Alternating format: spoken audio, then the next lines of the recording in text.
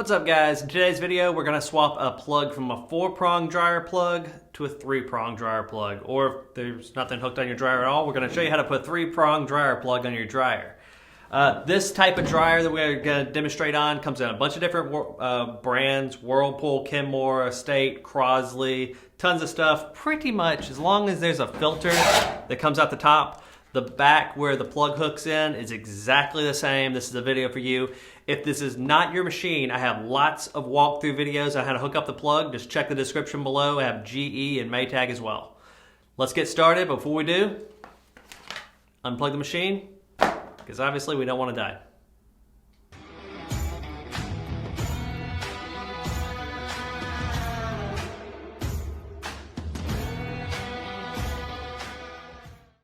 All right, we're going to start off by taking off this back plate. All right, the 1/4-inch screw. Undo this guy, and we're just going to sit it up top. All right, from right here, I have a little trick. So the screws, if they fall out right now when you undo them and fall into this abyss of the unknown, there's one spot it can hit down there that will be horrible to get back out of. So a way to avoid that is take a piece of paper, rip a little T into it like this, go around these wires, and it'll kind of give you a little bit of a catching point that will help out a little bit here. Still want to try to avoid dropping them, but that will at least help if you drop them.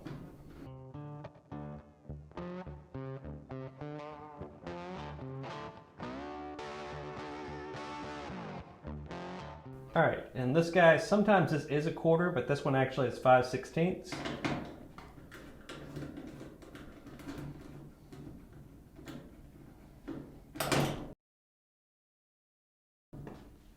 I dropped it. It didn't fit in the machine. It's true. All right, now this little wire keeper, sometimes people will not put these things on at all, so you may not have one. If you have a new cord, it should come with one, and I definitely recommend putting them on. Instead of, if someone pulls the machine away from the wall, the wire is pulling on the actual terminal block, it can really mess up some stuff. It will pull on this piece of metal and not hurt anything. So it's a good idea.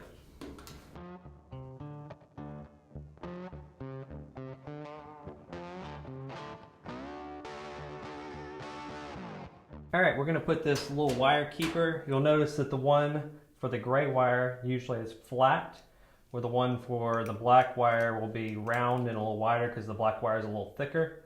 So we're using this guy that came with the plug. And I'll link a Amazon link to the plug down below if you don't have one already. Put that guy in. The holes on top are a little bigger than the ones in the bottom where the screw holes go into. We're just gonna barely start these guys.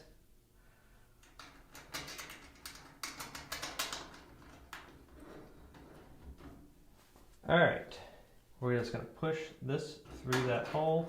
And if it doesn't want to go, you can widen this up a little bit with a screwdriver. Just flex it some.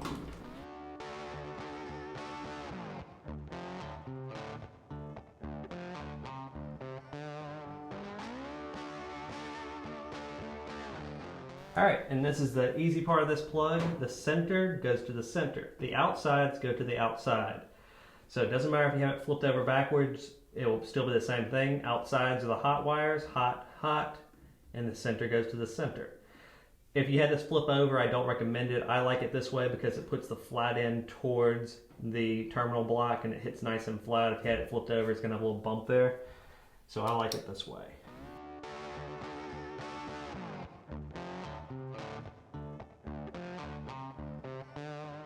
All right, before I put the last one in here, you'll see that the screws that go to hold this plate in are different than these terminal block screws. If you're missing one, don't steal one from here and stick in the terminal block. It will not tighten up right, or you will strip it out. If it does not tighten up, it will get hot and possibly catch on fire because a loose connection is a hot connection. I did a walkthrough at the very end on where to go to Lowe's to buy these exact screws.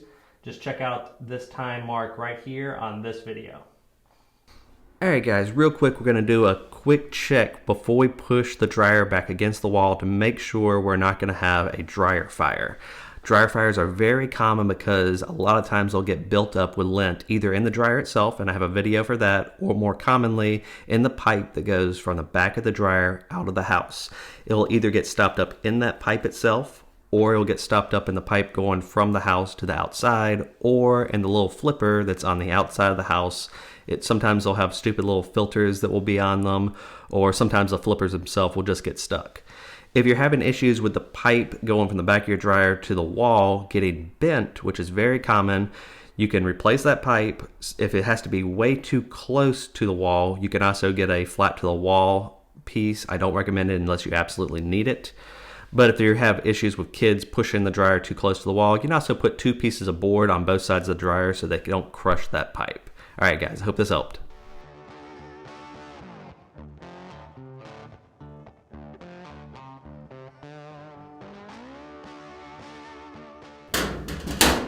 And we're going to tighten the wire down.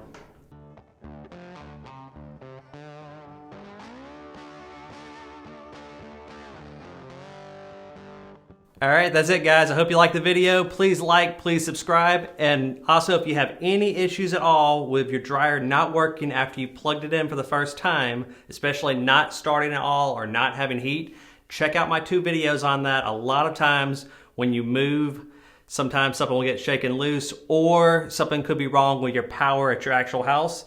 Check out those videos listed in the description. We'll see y'all next time.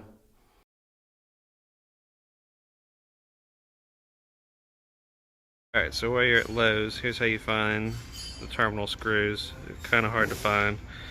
And there's 2 different sizes, 10, 30 seconds, and that's how long it is, 3/8. I go with 3/8. Half will work, but if you can get 3/8 even better. It'll be the stainless steel. It's a little box that looks like this, and you know, it's going to be in different spots. Here's where I got mine from, in this little bin. Make sure you don't get the kind, it's one through this randomly in here, that have a little neck right there, a little triangle neck. That won't work. Don't get that. You want it's got to be able to land flat. It's got to look like that. Alright, the other one is this guy, and they don't make it, at least in Lowe's. I didn't see it in the 3/8 long, only in the 1/2 inch long version.